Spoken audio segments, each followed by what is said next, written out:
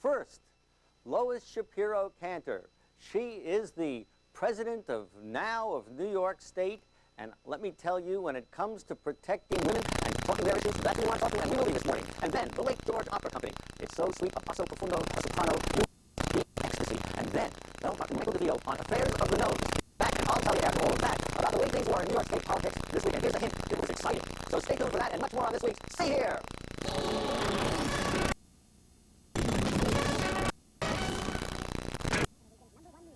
News Channel 13 for live reports that take you to the scene, local stories from where you live, late breaking news you need, accurate first warning weather when you need it, the best local sports coverage, and the most experienced news team you'll find anywhere. Live, local, late breaking, the Capital Region's number one for news, News Channel 13. Hi, right here with some local news. You guys have been being thrown in jail, isn't that? Some way to get around without your car. These cocaine crackers, cracker. Here's what we're going to talk. We had a little talk. We'll talk about it later. If you need help looking this free book. Well, I'll tell you, here's the deal. Women constitute, I believe now, 52% of the society. But if you look at any society, you will see that they're just not getting their fair share. So they ask over and over again, why is this? What seems to be the problem? I mean, we know that they're smarter than men. Feelings about the way things ought to be organized in the society, but maybe there's a glass ceiling. I thought about that because a report came out this week that said that the Pataki administration is 40th in the United States in terms of giving women their fair share of the jobs among policymakers. So I asked, welcome, Lois. Glad you're here. Glad to be here. Yeah, well, this is an interesting job because you've got to go out there and fight for the rights of women. And I think by extension, when you're fighting for the rights of women, you're fighting for the rights of all of us, if I do say so. So the question is, why is that glass ceiling? The National Organization for Women this issue well over 8 years ago. As you know, I was a lobbyist for 7 years before becoming president. And you know that now it's the largest women's organization in the state of New York, and we lobby about every issue that's why. New York State now is ranked 40th, as you indicated, in the country in regard to the appointments of women to appointed positions in government, on commissions, boards, and task forces, and all as the governor's staff or other staffs within the executive branch. Of minority individuals within the state, which is really incredibly bad record. In fact, we came out behind the states in the country, so it's not a record to be proud of. 7, 8 years ago, the division based on the Blue Book, which I'm sure you have copies of, it hasn't been published in many years, and what it used to list is the number of appointed positions, male versus female ratio. We came out with some statistics on that. We saw from the 89-90 Blue Book that women represented 23%. In the report from the Center for Women Government, we come out with a very dismal type of picture. The percentage has actually declined, and in addition to which, the elected office in the state legislature, back in the early 80s, we represented 23% of all elected officials. And what it is today, it's 18%. That's exactly right. That's the half of New York State. How do you explain it? I mean, we know it's bad, but why is it so bad? Well, let me first say that we're not pointing the finger at either. The nonpartisan group, the percentage of women in government, we have also partially said that the Democrats do a little bit better than the Republicans. That's not the National Organization for Women. Full figures that occurred in the government almost officer. And in addition to the figures, of course, declined, but they were declining during the Biden administration, and of course, we want to applaud with the Republican administration. Why is there correlation between the number of women in positions of commissions, boards, and task forces, and the low number of women elected to the state assembly? Well, because it's important that women be appointed, minorities be appointed in positions. There's use of that's what it's doing for. There's contacts with people in the political realm, so networking is important, the gain of expertise, and these appointed positions are used in political office. The national study out there that came up with information indicating that over 51% of the women who served as appointed positions on these boards and task forces then went on to run for elected office. There's some who I know it's very difficult stuff, but how do you well, it's counter that, the majority of people that attend colleges there, really, we have more professional women in the workplace, we have abundance of qualified women, and people more to learn. Exactly. We have abundance of qualified individuals who are minorities who fill these positions. What's happening basically is the overall network. We have mainly men who are party bosses around the state of New York who decide we have men who are the state elected leaders. Well, I'm not saying that's right. Not making these high policy types of decisions. Well, let's put some emphasis on the assembly speaker, on the governor, and let's look back at the terms. We've had 3 different assembly speakers in the last 7, 8 years. We've had 2 different Senate majority leaders. Each of these individuals will have the authority to appoint different individuals, commissions, boards, and task forces. Who are they choosing? Well, they're not choosing enough women. So therefore, we have unequal representation. Now, what is it between the gender balance bill? The concept came out of the state of Iowa. They have a gender balance law, and it was to put an onus on the state legislature to appoint women and minorities to these appointed positions in government. Back to a quota right now for white men. And if we don't do something about it, these numbers are going to change. Instead of having an increased number of women more than 23%, we should have closer to 50%. Well, no, let me after this excellent quote. Thank God they choose it. She goes into a meeting and to an academic thing that the modern makes a sexual innuendo and says to her, you can't refuse an endorsement for a candidate, and that's in the court law. She blows the whistle, and ever since then, she's been slapped around some quotes and seen it amongst the what is a sexual harassment issue? It really to speak with that, and a lot of men in elected office still don't know how to work with women, and they don't need to. It's not a professional thing to say. It's unfortunate that that is government administration And, unfortunately, I've seen that 60% of the women in government came out with this study. Well, the government spokesperson, Jean Euclid, said, well, here we have free self.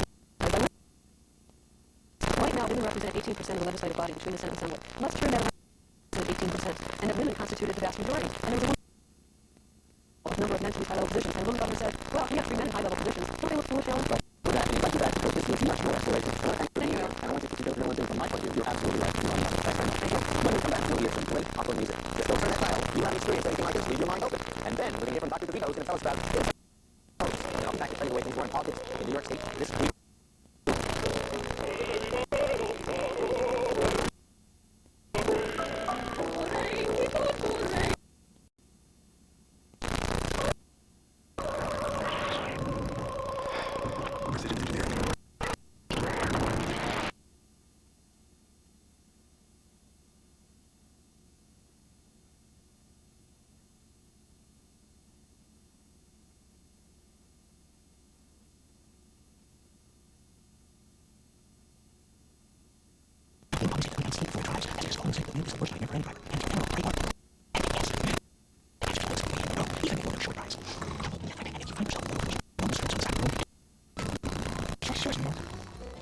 Reading, writing, education used to be simple. But today, the world is changing fast. And you need to know how it's going to affect you and your children. That's why News Channel special news about what's happening in our schools. The new things that work, and the future of our most valuable reading. Live and high on News Channel 13.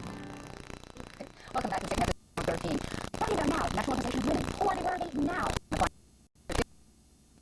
I would say there was a period of time where now was the rallying cry of women, and then there became talking about now separated women.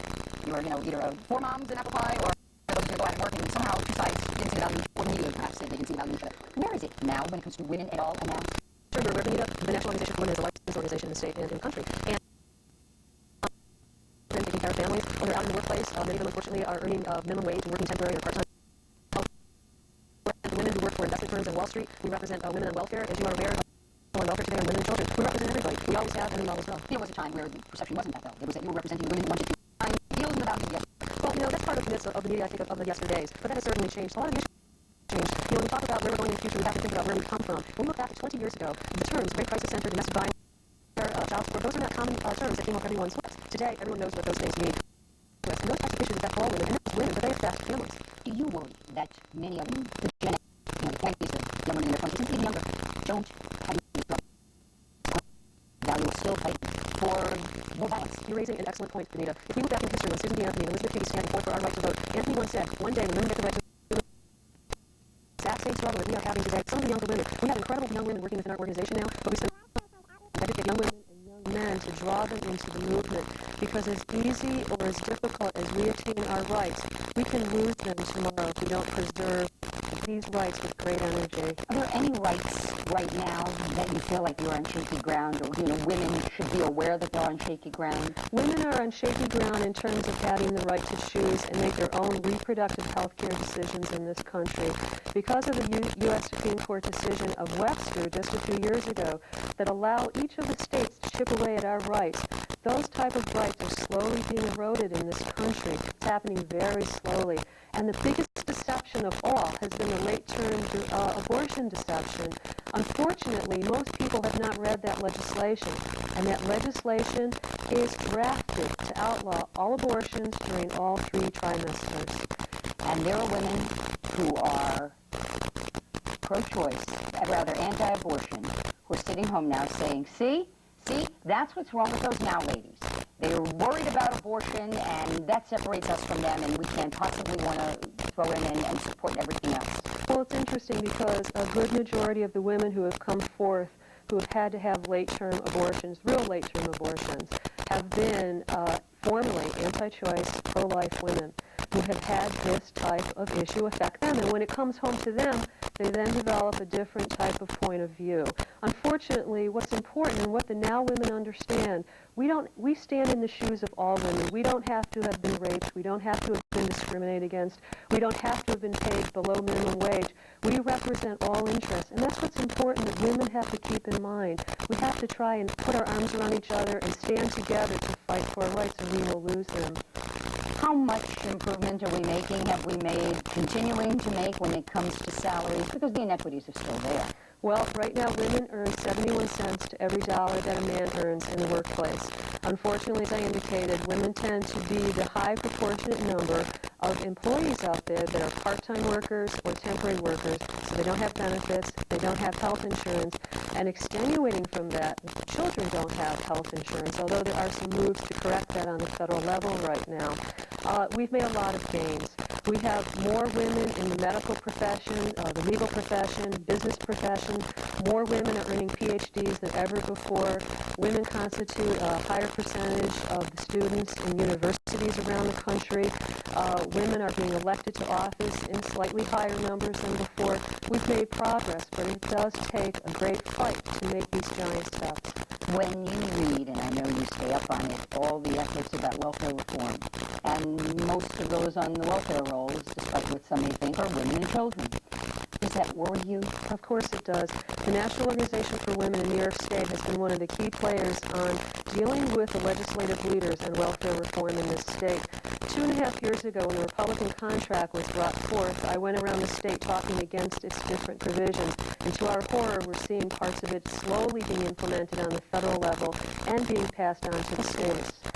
The worst is the fact that it represents 2% of the federal budget, and yet all of this brouhaha has been going on for 2.5 years, diverting important resources to an issue where we should be putting more emphasis on environment, on education, on health. All right, I'll play devil's advocate. Is it such a bad idea to get people off the welfare rolls who are able-bodied and go out and earn a living wage and then pay taxes and support the running of the government? Absolutely not. Your point is exactly correct. We need to get them out into the workforce.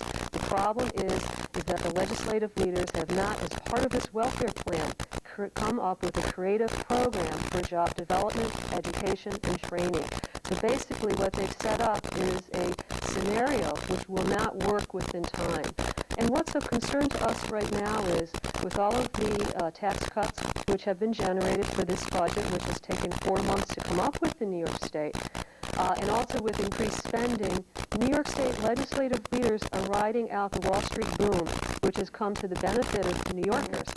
But they're not looking forward. The budget analysts and Wall Street and even in the state itself have warned these leaders that we could have some very bad fallout in just 2 or 3 years away. What we need to do is to get legislative policy leaders, women and men, who have a far-range look in terms of our financial needs in this state. So if we're going to have a program of welfare reform where we get women and men out into the workforce, we make sure that there are decent paying jobs to supplement them, that there's health insurance, that we also take into consideration that over 70% of the people on welfare only stay on for about 2 years. There's a lot of myths that have been presented in that area. 14 million people are on welfare in this country. Do you know how many are children? 9 million are children. What does that tell you about what's been going on?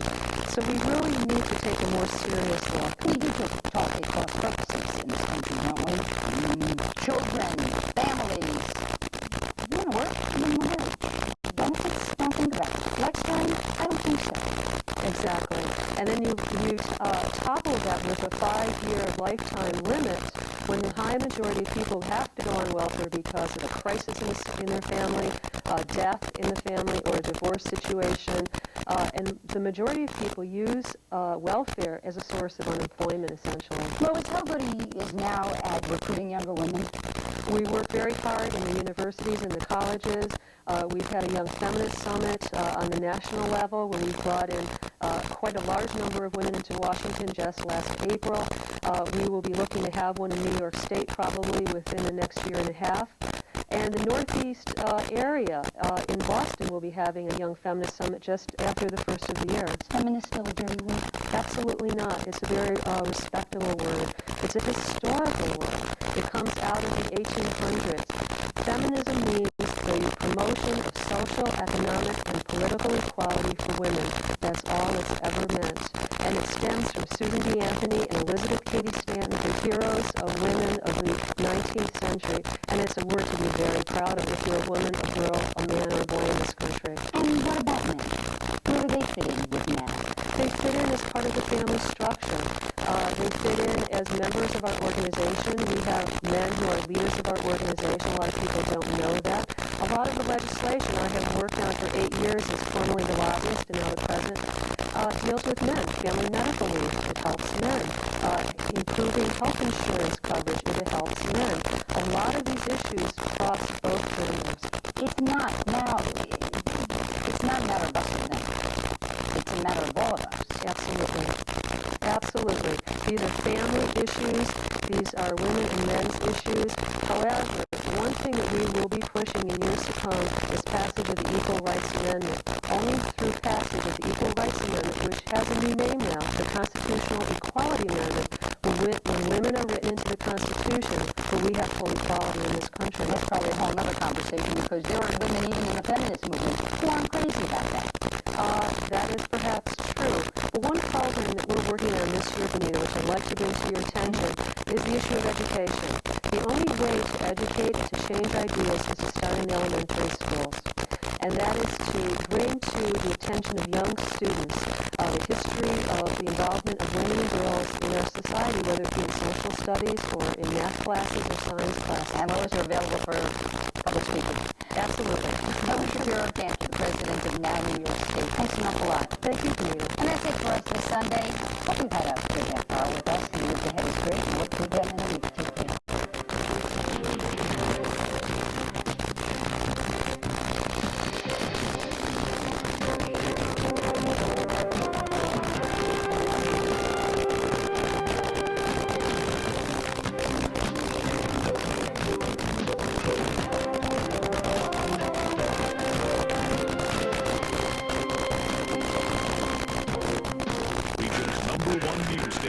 Men, including more than 1,000 from the Capital Region, are going to be in the National Mall in Washington, D.C. on Saturday for what's being billed as a day of music, prayer, and speeches of repentance. Melissa Merritt joins us live now from our news center with more on the 530 File. Melissa? Liz, the group is called the Promise Keepers, and the concept is that men have failed in their roles as husbands and fathers, and now it's time to take responsibility. Men, weren't holding up their part of the bargain, and women had to do more than their share. Some women might say hooray to that, and yet the Promise Keepers have drawn fire from women's groups nationwide. But the group of men say their aim is only to become more responsible and spiritual. They live by 7 promises with commitments to religion, family, and other men. We are honestly trying to change. We're honestly trying and be accountable. In the past, we weren't, and we're sorry for that. And we call women promise reapers, okay? While the men are trying to come together to do those things they should be doing, they're lifting up the women, okay? But women's groups like the National Organization of Women accuse the Promise Keepers of preaching a subservient role for women. In fact, the leader of the Promise Keepers was quoted saying, "When there is a final decision that needs to be made and a man and wife can't arrive at one, the man needs to take responsibility." Another Promise Keeper urged the men to take back their leadership roles in the family, saying, "Treat the lady gently and lovingly, but lead." So if we can't come to a decision, then at least take some kind of action, and the man should take the action to it. He respects my opinion more and considers my opinion, my input on things more. Carol Caldwell is Kevin's wife. She says since becoming a Promise Keeper, Kevin respects her more and covers for her when she falls short. The Bible says we should submit to one another, okay? These are not their words. God has it that the men take headship over the family. Carol says Kevin comes back a better husband every time he attends a Promise Keepers conference. And these 3 men will be joining thousands of others in Washington, D.C. this weekend. They say there's no political agenda, just a wake-up call for the men of America. What do you hope to get out of this weekend? Come back more responsible, godlier, more love for my brothers and the people around me. The men leave tomorrow for Washington, D.C. for the gathering which is being called Stand in the Gap. Liz. All right, Melissa, thanks. Not everyone, as you mentioned, is happy about the upcoming Promise Keepers meeting in Washington. Members of the National Organization for Women say the Promise Keepers message is dangerous for women. You heard a little of that sentiment being echoed in Melissa's report. But joining us live now from our Albany News Center, Regional Now President Lois Shapiro-Canter. And Lois, thanks for being with us. Let's put aside for a second what appeared to be somewhat incendiary rhetoric and say the Promise Keepers say they want to be rededicate themselves to their wives, to their family, to their God. What's wrong with that? Well, hi, Liz. Thank you for inviting me to be on your show this evening. Well, first of all, we have to recognize that the Promise Keepers is a political and Christian supremacy male-dominated movement which has been spreading across this country. Within just a very short period of time, they've amassed 1.1 million men in over 22 settings across this country, calling in 50,000 men at a particular setting. Yeah. The reason the National Organization for Women are concerned about this particular Christian supremacy movement is the fact that it calls upon women to be subservient in the relationship. Okay, let's get back to the question. They say they merely want to rededicate themselves to their wives and to their God and to each other. And as a result, there will be fewer crimes, less abortion, less greed, and on and on. Does that not have the potential to be a good thing for this country? Well, Liz, let's look at really what the leaders have been saying. The leaders, which is really a political who of the Christian right and the Christian coalition, Jerry Falwell, Pat Robertson, etc., and also James Dobson, who represents Focus on the Family. Certainly they've not been non-political, and of course they've chosen a very political setting here in Washington, D.C. to espouse these views. What they are actually saying in their literature and in their prayer meetings and in their rallies, which women are not invited to, if you look at the Times magazine article this month, you do not see any women in the rallies there. They are saying to women that you are to allow us to lead and you must be subservient. In fact, what they're saying, Liz, is that because of the fact that perhaps I have not honored my responsibilities with you, perhaps I have not brought in a paycheck, perhaps I've even physically abused them, please forgive me now. And then, in fact, what they're really saying, Liz, in order for me to honor my responsibilities, I'm going to have to be able to win and play by my rules, and therefore I'm going to be able to dominate you. Will you be among those protesting in Washington? I won't be there, but I'll be there in spirit, Liz. And I'm sure there will be many others who will be there in person. And Lois, thank you very much for joining us tonight and sharing your perspective on the Promise Keepers with us. Thank you, Liz. Well, forget those computer skills. If you want a good job that's also rewarding, then you need to focus on people skills. Jack's on your side with more when we come back. Wait. Albany, this is News Channel 13, live at 6. Expected to head south this weekend. Some of them will leave from right here at the Rensselaer train station, where they have chartered a train that will leave early Saturday morning as they head to the nation's capital and join what could be more than 500,000 people. They meet in stadiums across the country. Now Promise Keepers is calling Christian men to a prayer rally on the National Mall this Saturday.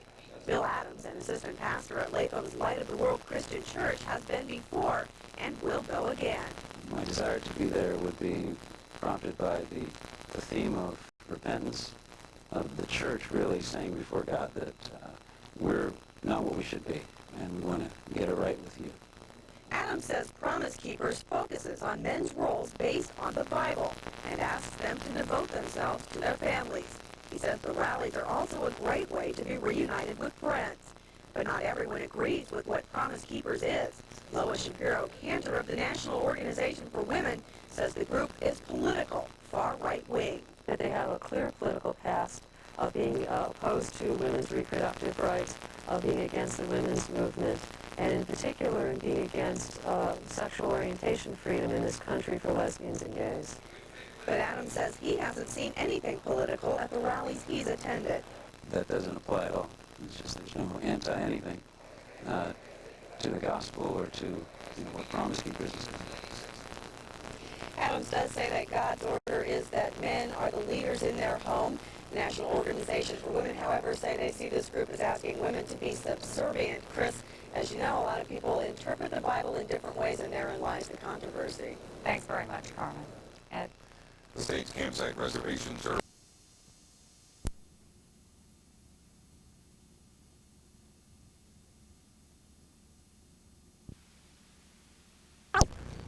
restore my broadcasting career. Broadcaster Marv Albert is looking ahead today after apologizing to the woman he bit during a sexual encounter and learning he will not go to jail. Good evening. Today, Marv Albert was sentenced for his attack, which occurred in a Virginia hotel room. And the Arlington judge handed down a 12-month suspended prison sentence, which means that Albert will not go to jail. He also told Albert that the assault conviction against him would be dropped if he were to maintain a clean record. Albert was also ordered to continue mental health counseling, and Keith Oppenheim has more.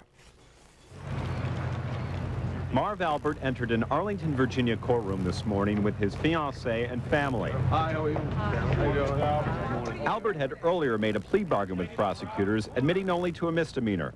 So Judge Benjamin Kendrick gave Albert the expected, a 12-month suspended sentence, and he insisted Albert continue psychological counseling and break no laws. If Albert succeeds, the conviction might be overturned. Later, in a brief statement, Albert said he'll try to repair his life and broadcasting career. I would particularly like to say a very special thanks to the fans of the New York City area who have just been incredible to me throughout all this. Thank you very much. Albert's accuser, 42-year-old Vanessa Perhatch, may have been satisfied. She got the apology she'd been asking for. It was a 10-year relationship. This was not some stranger that jumped out of the bushes and did this to her.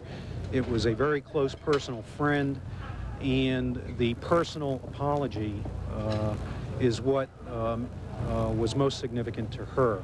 But the woman who turned the case around was certainly not satisfied. Patricia Maston, who stunned the court with testimony of her own encounter with Albert, believes Albert should do time in jail.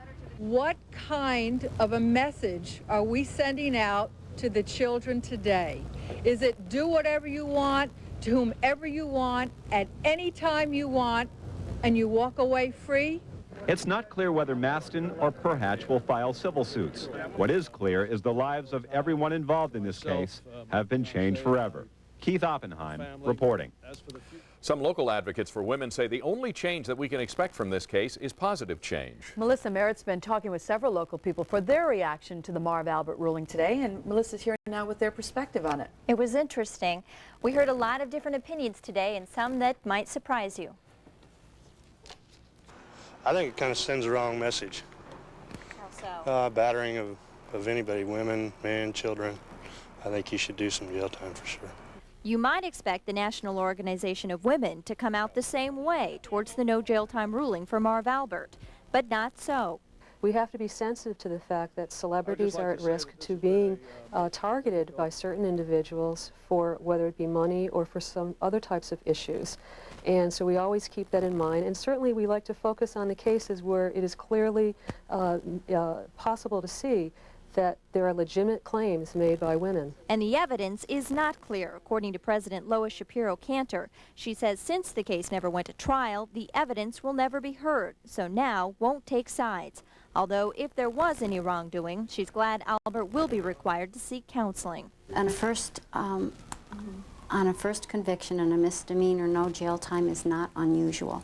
Assistant District Attorney Veronica Dumas, who works in Albany County's sex crime unit, says the system worked, and the ruling should actually encourage other domestic violence victims to come forward. I think you can be real quick to jump on the bandwagon and say, oh, this is just terrible, this whole thing was terrible, but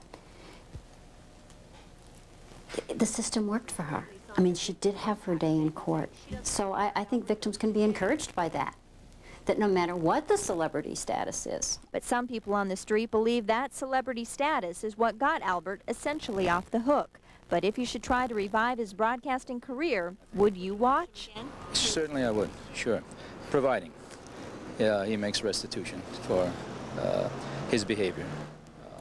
And of course, some people we talked to say they'd never watch him again if he got back into broadcasting. So it was very interesting. Wide range of opinions Certainly. today. Yeah. And the now opinion kind of surprised me a little bit. Yeah, a little bit. A lot of people that we talked to, once they heard what their opinion was also shocked by that, not taking a stand. Interesting. Thanks, Melissa. Thanks. Some local reaction to the judge's decision. Brian? Good evening, Chris. Marv Albert couldn't keep his job or even his dignity following some of the testimony that came out during that sexual assault trial that was held in Virginia.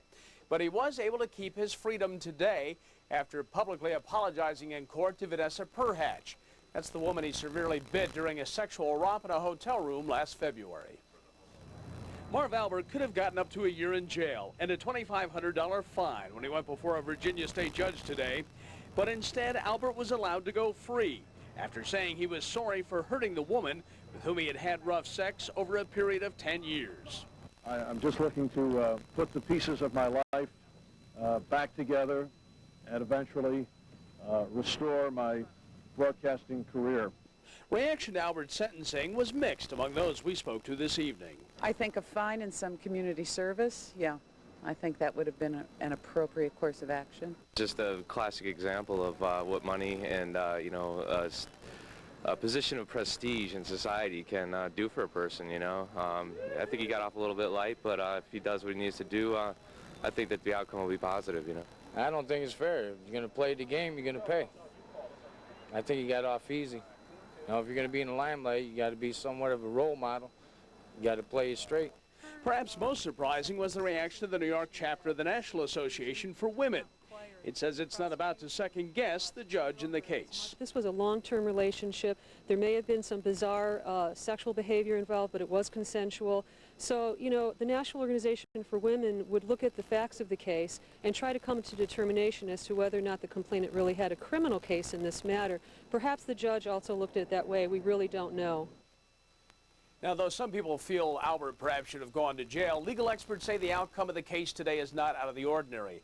In fact, they say had Albert gone to jail, that would have been unusual, given the fact he was a first-time offender and had no prior record. Chris? But it may not be the end of his time in court. There were some suspicions today that a further lawsuit could be filed. That's true, Chris. In fact, although they weren't really ready to talk about it, there is some discussion that perhaps the woman that was involved in this and brought the original complaint could sue him for personal injuries.